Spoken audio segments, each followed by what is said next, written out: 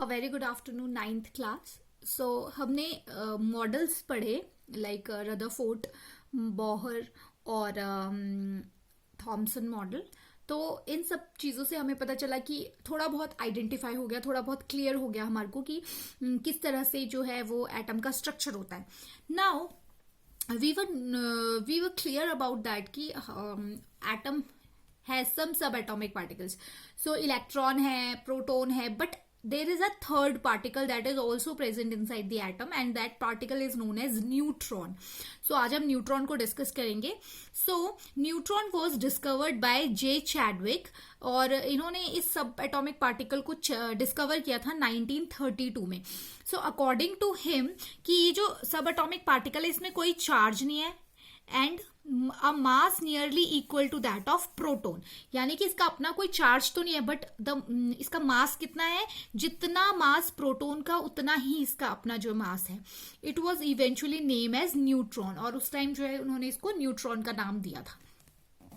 Neutrons are present in nucleus of all the atoms except hydrogen. Hydrogen के अलावा हर atom में जो है वो न्यूट्रॉन प्रेजेंट होते हैं। In general neutrons are represented by small N.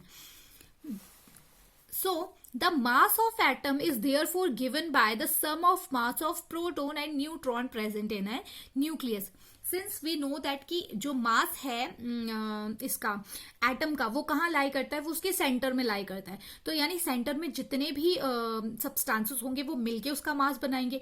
So centre में we have proton and neutron, so that the mass of atom is therefore equal to the mass of proton plus neutron present in the nucleus.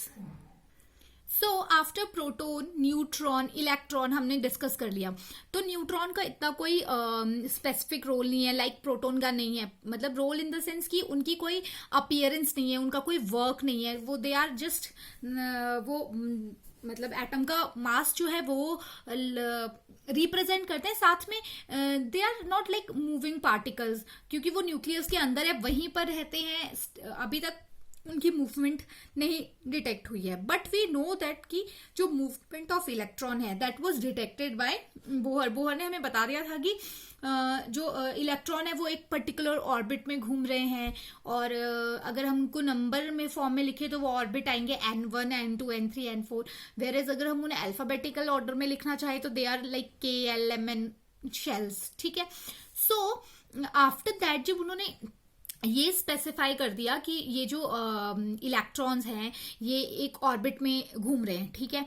सो अब ये भी तो justify होना चाहिए कि कितने electron हैं, लाइक नंबर भी स्पेसिफाई होना चाहिए। तो उसके लिए उन्होंने एक रूल बनाया और उस रूल के अकॉर्डिंग उन्होंने डिस्ट्रीब्यूशन ऑफ इलेक्ट्रॉन बताया डिफरेंट ऑर्बिट्स में। तो ये जो डिस्ट्रीब्यूशन ऑफ इलेक्ट्रॉन था ये बोहर और बरी दोनों ने मिलकर जो है वो आइडेंटिफाई किया। So there were certain rules about this distribution of electrons. So the first rule that we have is the maximum number of electron present in a shell is given by the formula 2n। यानी कि एक shell में maximum electron कितने होंगे ये हम पता लगा पाएंगे एक फॉर्मूला से, and the formula was 2n where n is the number of orbit, यानी कि n क्या रिप्रेजेंट करेगा, आपका नंबर ऑफ ऑर्बिट। ठीक है। So and every level index like 1, 2, 3, 4। ठीक है। Hence the maximum number of different shell that we have is like for example like k shell के लिए अगर हम देखें तो देयर इज 2n का स्क्वायर। ठीक है।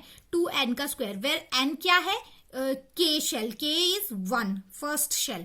तो यानी 2 इंटू फर्स्ट शेल का स्क्वायर इज इक्वल्स टू 2, यानी कि आपके फर्स्ट शेल में यानी k शेल में 2 इलेक्ट्रॉन्स होंगे। समझ में आया। Second is second orbit that is L shell. तो similarly formula is 2n square. ठीक है। 2n square. अब n क्या है हमारे पास, यहाँ पे 2 है क्योंकि सेकेंड ऑर्बिट है। तो 2 इंटू 2 का स्क्वायर दैट इज 8, यानी सेकेंड शेल में हमारे पास 8 इलेक्ट्रॉन्स होंगे। So on where is we have m shell तो 2n स्क्वायर 2 एंड हमारे पास थर्ड 3 होगा क्योंकि थर्ड शेल है का स्क्वायर, तो थर्ड शेल में हमारे पास 18 इलेक्ट्रॉन होंगे। सिमिलरली फोर्थ शेल में हमारे पास 2n का स्क्वायर, फिर से 2 into 4 n is equals to 4, तो 4 का स्क्वायर इज इक्वल्स टू, यानी फोर्थ शेल में हमारे पास 32 नंबर ऑफ इलेक्ट्रॉन होंगे एंड सो ऑन। तो इसी तरह से हम नंबर ऑफ इलेक्ट्रॉन जो है वो फाइंड आउट कर सकते हैं in a particular shell. Apart from giving a rule कि जिस तरह से हम maximum number of electron find out कर सकते हैं, the second rule that was provided by them was the maximum number of electron that can be accommodated in the outermost orbit is 8। उन्होंने क्या बोला कि मैक्सिमम नंबर ऑफ इलेक्ट्रॉन जो है वो जो हमारे आउटर ऑर्बिट में होने चाहिए, सबसे आउटर ऑर्बिट में होने चाहिए, that is 8 number of electron जो है वो हमारे आउटर ऑर्बिट में होने चाहिए। उसके बाद उन्होंने क्या बताया कि electrons are not accommodated in a given shell unless the inner shells are field.